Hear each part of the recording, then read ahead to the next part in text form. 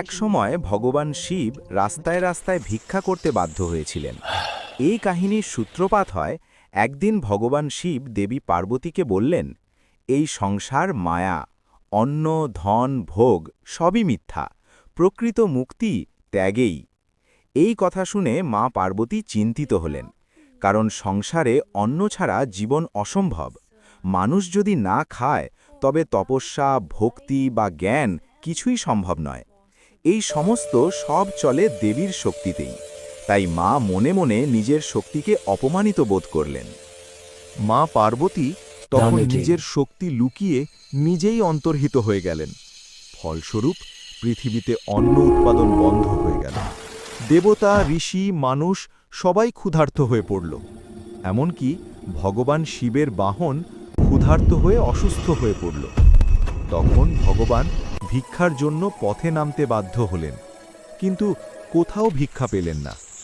অবশেষে তিনি জানতে পারলেন কাশীতে মা পার্বতী অন্নপূর্ণা রূপে আবির্ভূত হয়ে একটা বড় রান্নাঘর চালাচ্ছেন। সেখানে ক্ষুধার্ত মানুষদের অন্ন দান করছেন। অবশেষে তিনি সেখানে গিয়ে উপস্থিত হলেন। ভিক্ষা করতে করতে শিব বুঝতে পারলেন অন্ন ছাড়া জ্ঞানও অর্থহীন। তখন তিনি মা পার্বতীর কাছে স্বীকার করলেন, অন্নই ব্রহ্ম, অন্নই জীবন, এবং ক্ষমা চেয়ে অন্ন ভিক্ষা চাইলেন।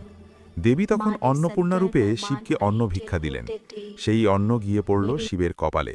তখন ভগবান শিব সেগুলো নিয়ে পৃথিবীতে ছড়িয়ে দিলেন। পৃথিবী আবার শস্য শ্যামলা হয়ে উঠল। তখন থেকেই কাশী বিশ্বনাথ মন্দিরের অনতিদূরে মা পার্বতী অন্নপূর্ণা রূপে বিরাজ করছেন। মায়ের বাঁ হাতে স্বর্ণের অন্নপাত্র এবং ডান হাতে খুন্তি, ক্ষুধার অন্নদাত্রী হিসেবে।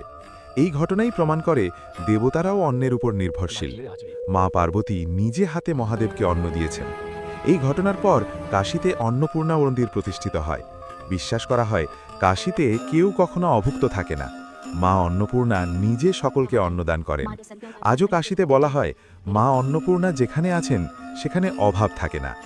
ভিডিওটা ভালো লাগলে চ্যানেলটাকে লাইক এবং সাবস্ক্রাইব করে পাশে থাকার অনুরোধ রইল। ধন্যবাদ।